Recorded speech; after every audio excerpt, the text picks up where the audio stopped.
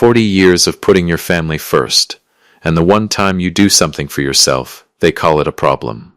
My name is George Bates. I'm 68 years old. I live in Naperville, Illinois, the west side off Hobson Road, in a neighborhood called Stillwater. I've lived on the same street for 22 years. Same house. Same yard. Same man. I worked 34 years in industrial supply management, retiring as the director of procurement for an international distributor. Got up before the sun 6 days a week. Drove a sensible car, always sensible. My wife Maggie will tell you, I wore the same brand of boots for 12 years because I didn't want to spend the money on myself while the kids were in school. What the kids didn't realize was that every bonus check, every stock option, and every dollar I saved by living modestly went straight into a brokerage account. I didn't flash my money, but I maxed out my investments for 3 decades. That's who George Bates was. My 68th birthday fell on a Thursday in late June. Maggie made my favorite grilled steak, mashed potatoes, and roasted vegetables, and her lemon icebox pie that she only makes twice a year. Jake and Chloe called. Nice calls, short calls. The kind of calls that feel warm until you realize they lasted 4 minutes combined.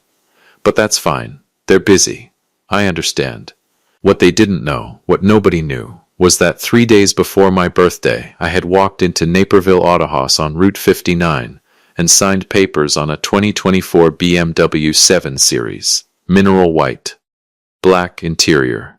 Every feature of that model line I'd looked at on their website for 6 years without ever letting myself click request a quote. $85,000. I paid cash. I drove it home and sat in the driveway for 11 minutes before I went inside. Just sat there. Ran my hand across the steering wheel. Looked at the stitching on the seats. Listened to the quiet. I felt like a man.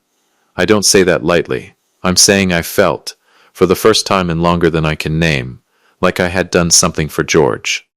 Not for the household, not for the kids' college funds, or the roof replacement, or Chloe's car insurance that I'd been paying since she was 17. For me. I should have known that feeling wouldn't last long. Welcome to Dad's Raw Revenge. Hit that like button.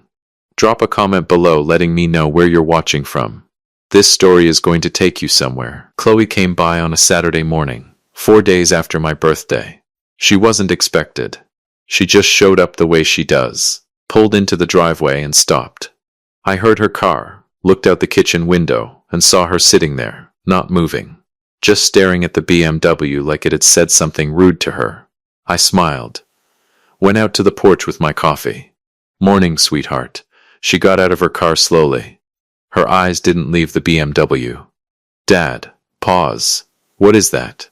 That's a 2024 BMW 7 Series, baby girl. Isn't she something? You. She turned to me. You bought that? I did. When? Last week.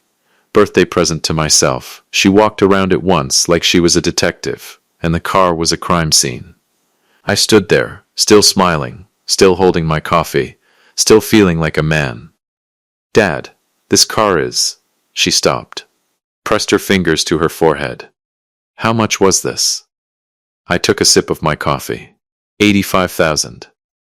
The sound she made wasn't quite a gasp, wasn't quite a word. It was somewhere in between. She pulled out her phone before she even got back to her car. I watched her drive away. Watched her dial before she even reached the end of the street. I already knew who she was calling. Jake showed up the next morning. Chloe was with him. They hadn't called ahead. They never do when they're coming together. I've noticed that over the years. When they call, it's casual. When they show up together unannounced, it means they've talked. It means there's an agenda. Maggie was in the kitchen. She caught my eye when we heard them pull up. Her look said, "Just be patient with them." My look said, "I know exactly what this is." They came inside. Sat down in the living room. Jake on the couch, Chloe in the chair nearest the window, the same chair she sat in since she was 9 years old. I sat across from them. Nobody said anything for a moment. Here we go. Jake leaned forward, elbows on his knees. Dad, we want to talk about the car. I figured. $85,000, Dad. He said it like I'd spent it on something embarrassing. It's a fine automobile, Jake. That's not the point. He glanced at Chloe. She took that as her cue. Dad, we're worried about you. She folded her hands in her lap. You're 68. You should be protecting your assets. You should be saving, not spending like this. I looked at her. Spending like what exactly? Like. She gestured vaguely, like you have unlimited money. I saved for that car for 6 years, Chloe. That's not. Dad, it's $85,000. I'm aware of the price. I wrote the check. Jake jumped back in. Dad, you're living too large. You know that, right? You need to cut back. There it was. Living too large. I let that sit in the air for a second. Let it breathe. Maggie appeared in the doorway.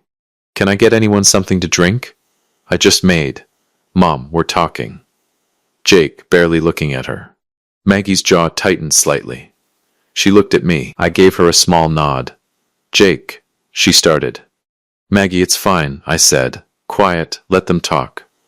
Jake turned back to me. Dad, you need to be saving that money. For your future. For, he hesitated. For what, son? Finish the sentence. For us, Dad. For the family. What if something happens? What if you need that money later? You're spending it on a car. For us. There it is. That's what this is. You're going to leave us nothing, Chloe said. Quietly, but she said it. I looked at her. Is that what you said? She didn't back down. I'm just being honest. I nodded slowly. Looked at the floor. Looked back up. Maggie was still in the doorway. Her face said, please don't let this turn into something. She said, Dad's been doing so much for this. Let's be gentle. He's worked his whole life, let's not. Mom, we love Dad. But this isn't. Jake. Her voice had an edge. Just a small one. It's fine. I said again. Calm. Easy. Your mother's right that I've worked hard. But you're right that I need to be more careful. I hear you both. Jake blinked. He expected a fight. You. Okay, good. So you'll return. I didn't say that. Dad, I said I hear you. I'll cut back. I stood up. They stayed for lunch. Jake and Chloe seemed relieved. Satisfied. They thought they'd gotten through to me. They talked, and laughed, and told stories, and drove home feeling like responsible, concerned children who had done something good for their father. Maggie watched them go. She turned to me. She started to say something. I'm fine, Maggie. She studied my face. She knows my face better than anyone alive. She knows the difference between me being fine and me being finished. She went quiet. That night, after she was asleep, I went to my desk in the back office. The small room off the hallway that the kids always called Dad's room, because nobody else was really allowed in it.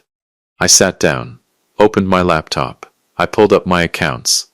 41 active, recurring monthly bills. Some big, some small. All going to the same two people who had just sat in my living room and told me I was living too large. I started with the smallest one. And then I just kept going. Stay with me. Because what happened over the next 6 weeks, I promise you nobody in that house was ready for it. It was the first week of August, when the dominoes started falling. I didn't announce anything. Didn't send a text. Didn't leave a note on the kitchen counter. I just sat in my chair every evening, drank my coffee, and watched the calendar move. Maggie knew something was coming. She'd seen my face that night after Jake and Chloe left. She'd watched me disappear into my office. She'd heard the keyboard clicking at midnight.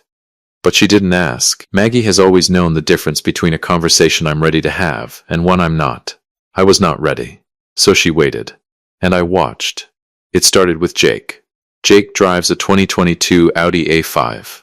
Sharp car. Lease payment. $724 a month. His name is on the lease. My account number is on the autopay. Was on the autopay. I was sitting on the back porch on a Tuesday morning, reading the paper the way I like to. Physical copy. No phone. Just me and the news and whatever birds decide to show up. When my phone rang. Jake, I let it ring twice. Picked up. Dad. His voice had that clipped, tight sound. The sound of a man trying to stay controlled. Did something happen with your bank account? Good morning to you too, Jake. Dad, my car payment bounced. Did something happen with your bank account? I just got an alert from Audi Financial. They said my monthly lease payment was rejected by the bank. Is there a glitch or something? I took a slow sip of my coffee, set it down. Hmm? Dad, what does he mean? My payment bounced. I've got a late fee on here already. Well, I said, you might want to look into that. Silence, look into. Dad, you pay that. You've always paid that. I know. So what happened? I'm cutting back, Jake. I kept my voice the same temperature the whole time. Room temperature. Not warm, not cold. You told me to. Remember? A longer silence. The kind that has thoughts running through it. Dad, the car payment? Have a good Tuesday, son. I hung up. I picked up my paper. The birds were indifferent. Chloe took a few more days. I always said Chloe was sharper than Jake in certain ways. She picks up on patterns faster. But even she wasn't fully connecting the dots yet. She probably thought Jake's situation was a bank error. A one-time thing. A misunderstanding that Dad would sort out. Then her gym membership got cancelled. Then her Hulu, Netflix, and HBO accounts stopped working in the same 48-hour window. Then her apartment Wi-Fi, which ran through a family plan I'd been paying for since she signed her first lease, went dark on a Wednesday night. She called Maggie first. I heard Maggie's end of the conversation from the hallway. Mom, my internet just stopped working, and my Netflix is gone. And the gym sent me a cancellation notice.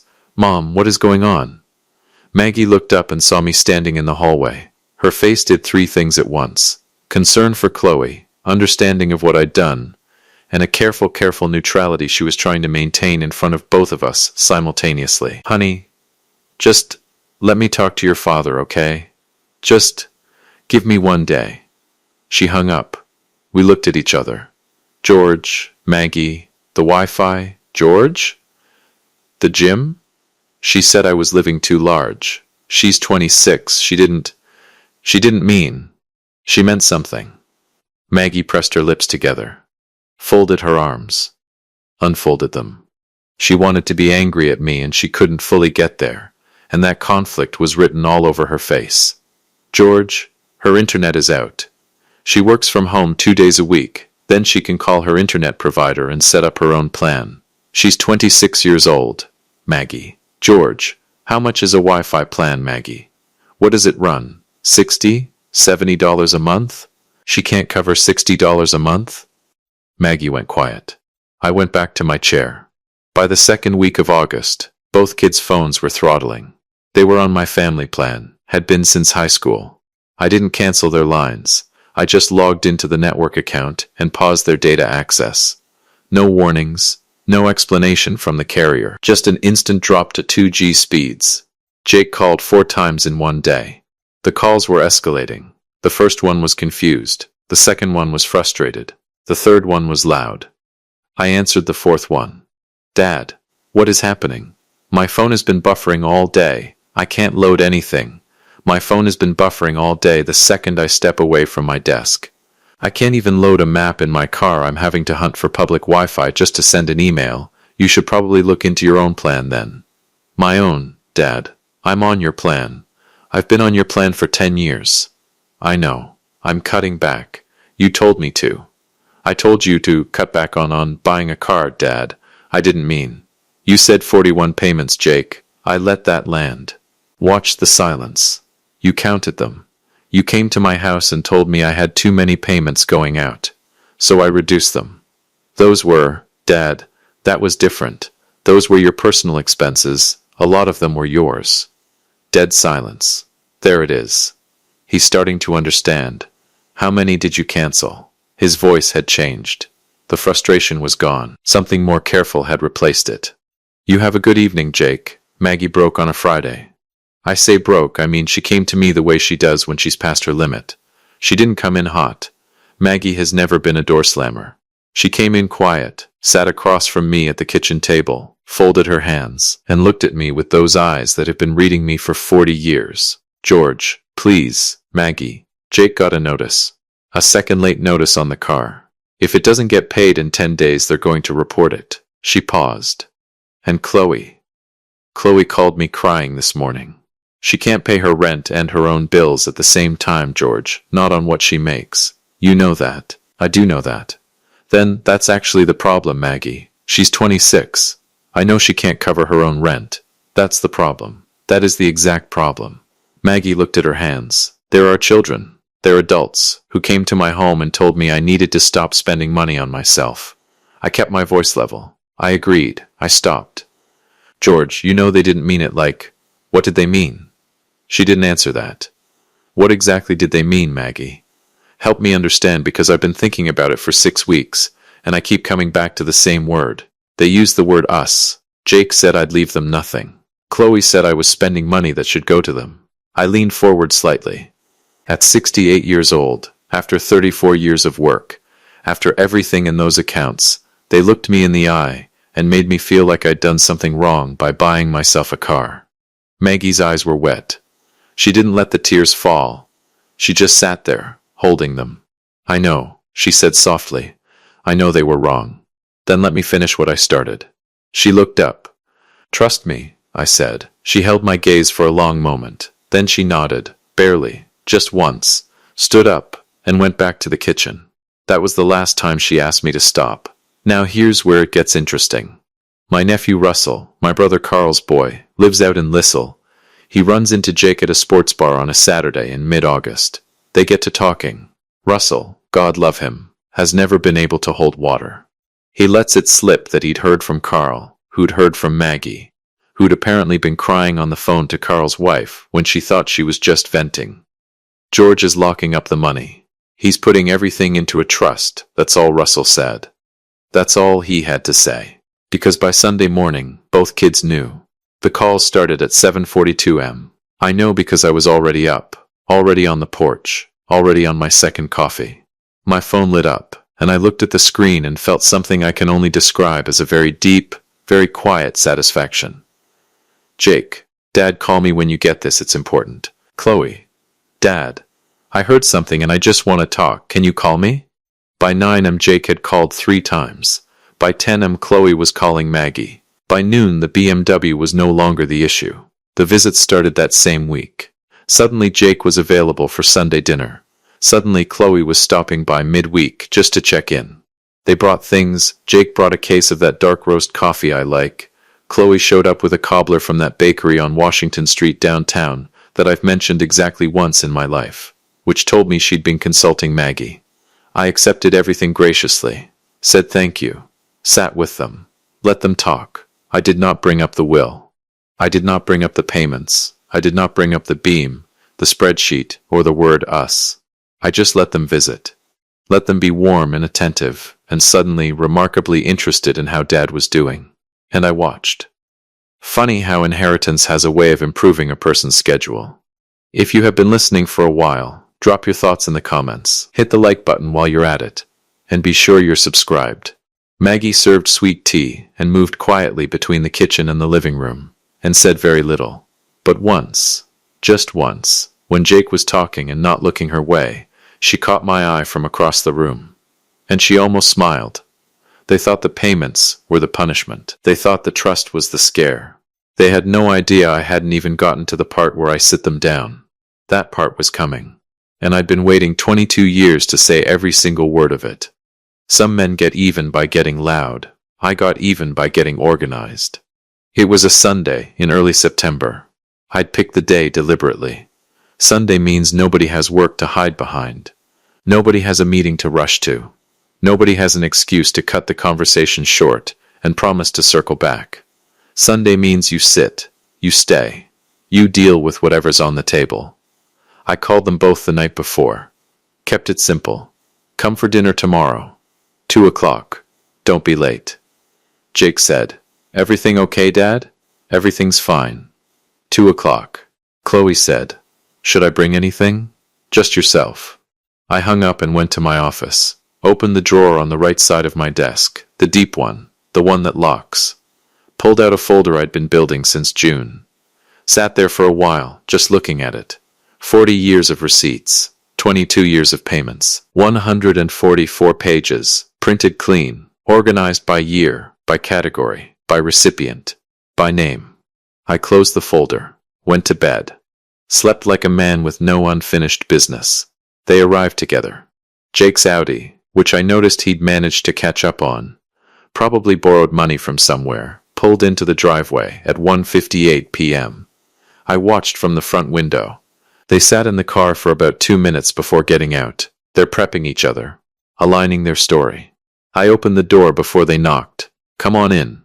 Maggie had cooked a massive dish of baked mostaccioli, the edges of the cheese perfectly browned and bubbling, packed with that heavy fennel Italian sausage the kids used to fight over when they were small. The house smelled like a home, like nothing was wrong, like this was any other Sunday in any other September of the last 22 years.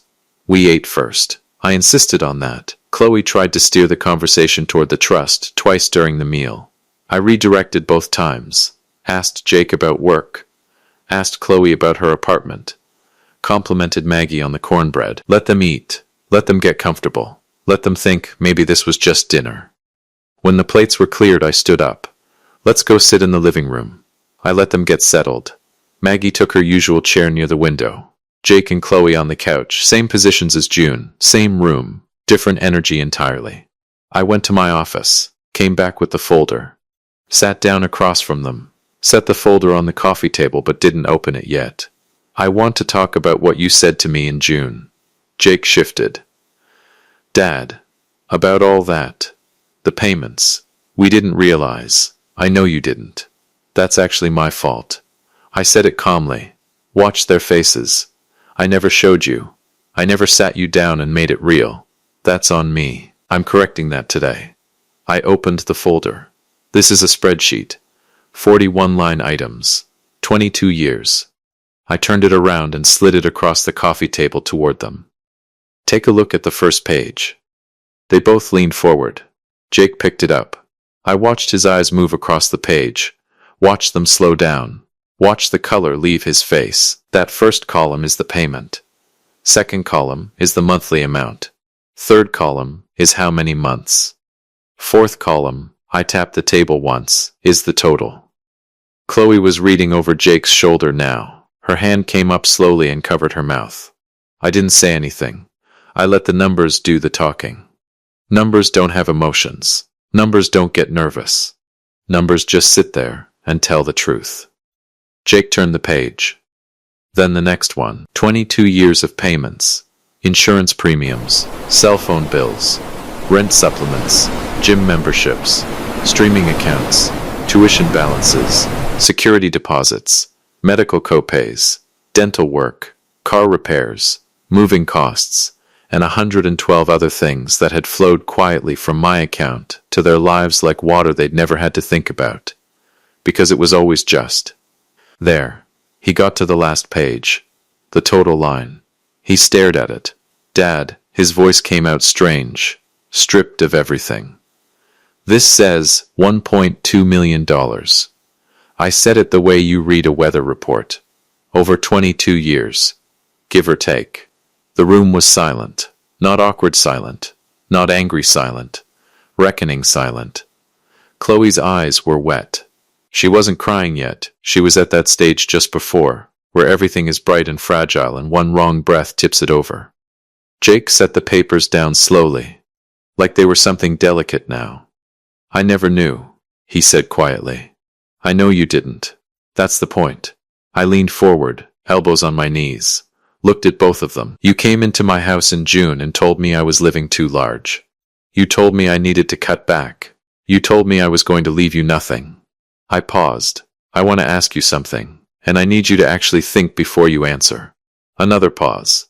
Which part of that $1.2 million was living too large? Nobody answered. Good. There is no answer. I bought one car. One. In 40 years of working, I bought myself one car. $85,000. And you sat in this room and made me feel like I'd done something irresponsible. I shook my head slowly. I sat right there, and I smiled. And I agreed with you. But I went to my office that night, and I thought about every single line on that sheet. And I thought, if they think $85,000 for their father is too large, let's find out what they think about $1.2 million for themselves. Jake opened his mouth. I'm not finished. He closed it. I'm not here to punish you. I'm not here to hold this over you. I'm here because I love you both, and I have apparently done you a disservice by making your lives too comfortable to understand what comfort actually costs. I sat back. So here's what happens next. I reached into the folder and pulled out a second document. Cleaner, shorter, my attorney had drawn it up 3 weeks ago. I had my attorney restructure my estate into a revocable living trust. The money is still there for you, but it's protected now. It doesn't just land in your laps. Jake, the trustee won't release a dime to you until you hold steady employment for 2 consecutive years before a dollar releases to you. Chloe, you need to cover your own rent, independently, for 18 consecutive months. Chloe looked up sharply. Dad, I can't. On my salary I can barely. I know. That's not me being cruel. That's me telling you something is wrong with that situation, and the answer isn't my checkbook. I held her gaze. You're 26 years old. You are smart and capable, and you have been robbed of the chance to find that out, because I kept making it too easy. That ends now. Not because I'm angry. Because I love you. Her chin was trembling. The tears finally came. One at a time, quietly, Jake was staring at the trust document. His jaw was tight, working through something. And the payments? He finally asked. The 41. Already cancelled. Permanently, he looked up. All of them? Every one. Dad, my car is your responsibility. It has been for 2 months already. You figured it out. I looked at him directly. Didn't you? He held my gaze, looked away first. Yeah, he said quietly. I did. Right, so you already know you can do it. The room went quiet again. Maggie hadn't said a word. She was sitting in her chair by the window, hands folded in her lap, a cup of sweet tea going cold on the table beside her. She wasn't crying, wasn't smiling. She was just present, the way she'd been through all of it. Steady, like the house itself. I looked at Jake, looked at Chloe. I'm not your enemy. I'm your father. And I'm going to be your father for whatever years I have left. And I intend to spend some of those years driving that car I bought myself and not apologizing to a single soul about it. I let that settle. But I am done being your bank. That chapter is closed. Chloe wiped her face with the back of her hand. Took a breath. Dad, she said. I'm sorry. I really am. But, she gestured at the trust document. This can't be permanent. Right?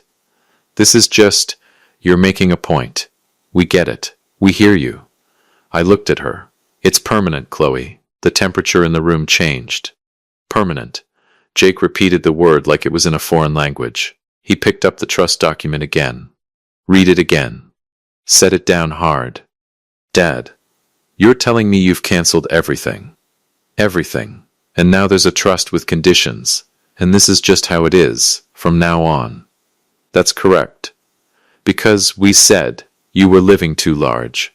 Because you came into my house and told me to my face that I was spending money that belonged to you. Jake stood up. Not slowly. Not calmly. He stood up the way people stand up when something is happening inside them that their body can't contain anymore. That's not what we said. Jake, Maggie started. No, Mom, no. He pointed at the document on the table. I have to hold a job for 2 years? I have a job, Dad. I've had a job. What does that even mean? I have to prove it to you, like I'm applying for something. It means you hold it consistently. Without a safety net. Without a... He laughed. But it wasn't a funny laugh. It was the laugh people use when they're too angry for words. So you just decide this? Without talking to us? You go to a lawyer, you restructure everything, you cancel 41 payments, and you sit us down for lunch and hand us a document like we're employees? Jake, lower your voice in my house. I will not lower my... He stopped, pressed both hands to the top of his head.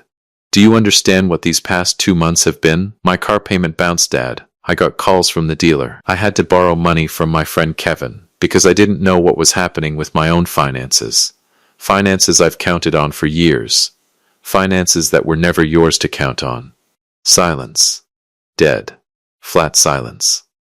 Then Chloe stood up too. And that's when I saw it. Really saw it. The softness was gone. The tears were gone. What was underneath was something harder. You know what, Dad? Fine, fine, she picked up her purse. You want to play it like this? Like we're strangers you owe nothing to. Okay. But don't sit there acting like you're doing us some favor.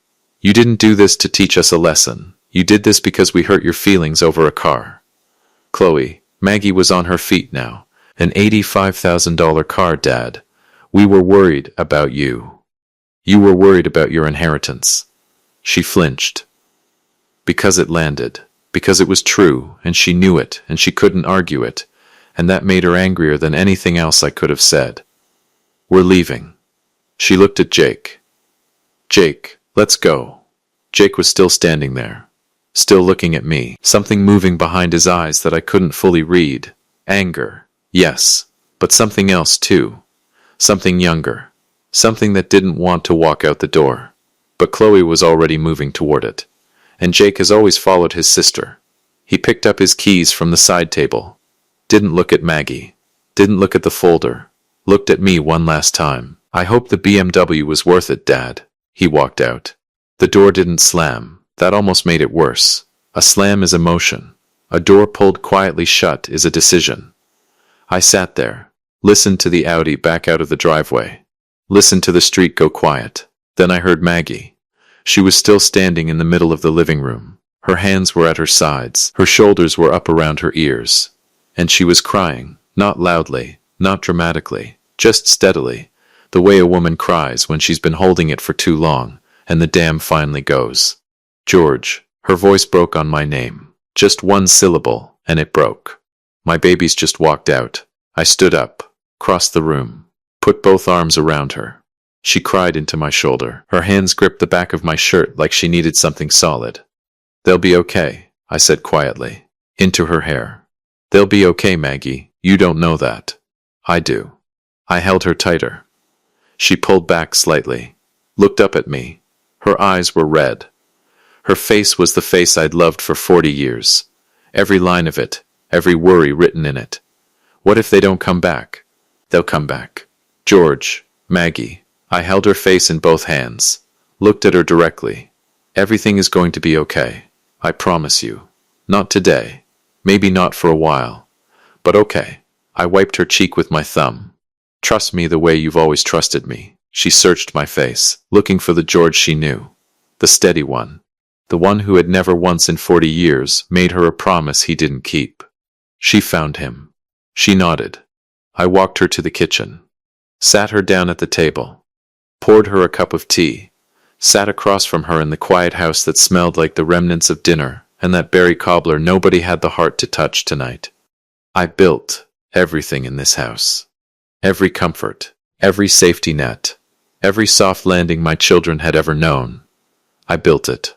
Quietly, without a scoreboard, without a single request for gratitude. 40 years of giving everything to everyone else. One car for myself. And they called it too large. Let them figure it out. They'd land on their own eventually. Or they wouldn't. But that part, for the first time in a very long time, wasn't my problem anymore. If you enjoyed this story, hit that like button, subscribe, and drop a comment below. Let me know where you're watching from. I will see you on the next one.